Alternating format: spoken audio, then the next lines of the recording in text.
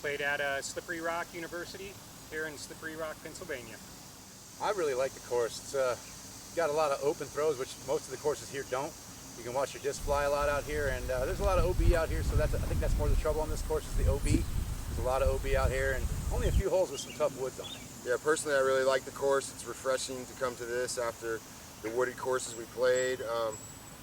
There's water shots, there's danger just everywhere. You can see the OB, ponds, everything, so you gotta stay on point and play your game. I agree. It's placement golf out here as well, and without the stress of hitting your tree lines all the time. But it's still very technical without the Mother Nature's obstacles out there. So Mother Nature gave us a little obstacle today. She threw a little wind at us, so that made it a little tougher out here today. Definitely a little crosswind, different than when I practiced. I don't know about when they practiced, but when I practiced, the wind was different angle completely, so, and a lot heavier, so it was just kind of scarier on a lot of parts. But now you're under pressure in the world, trying to play the best you can, and definitely some angles and some uphill throwing that you need to take into consideration. I agree. The wind was not a factor at all the last three courses because you're so tucked into the woods that the wind seems to never be a factor when you're putting. But out here, every putt, 10 feet, 30 feet, was a little more stressful because you had a breeze that was not blowing consistent direction. So really added a nice challenge for us all.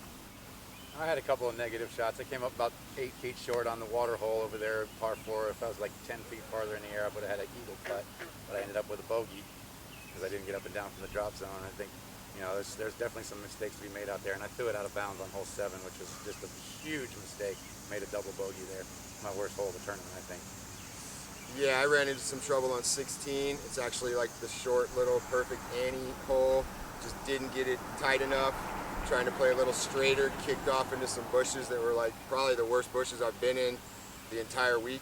And then 17, felt the big wind. I watched them go around the corner. Jay was a little tight. He was right in front. So I went high like I'd practiced, and the wind just fell out on me once I made the corner, and I just came all the way back, leaving you not a lot to work with. So felt those were my 2 worst shots on it today.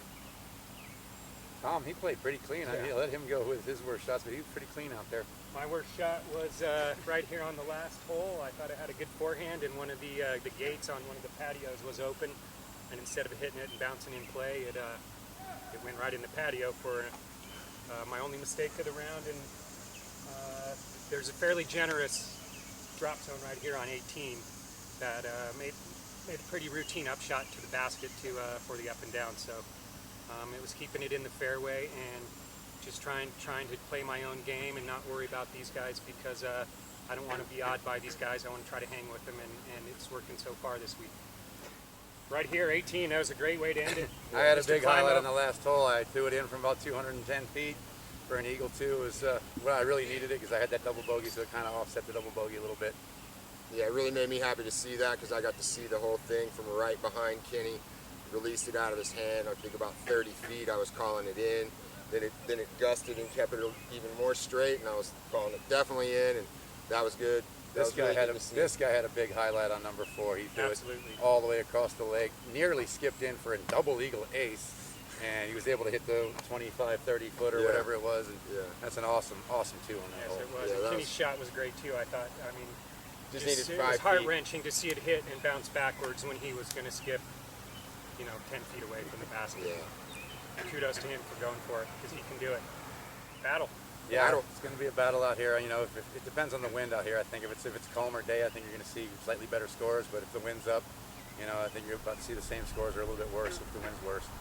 This course is totally predicated on the wind and the direction and the speed of the wind. Yeah, the uphill hole over here, hole 7.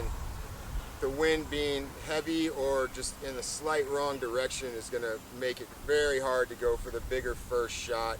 And if you play the short, easy approach to the hill, you're so far down battling up the hill that it really makes it tough to capitalize any kind of scoring there. And you have to be careful because when you get up there, you're landing on an angled bank and the basket's just up there with the wind. So like he's saying, the wind is going to be the big factor, and then obviously we're all stuck in a battle. We're all close together. Nobody's running away with it, so I look for just a big battle to go on and have some fun with Team Innova.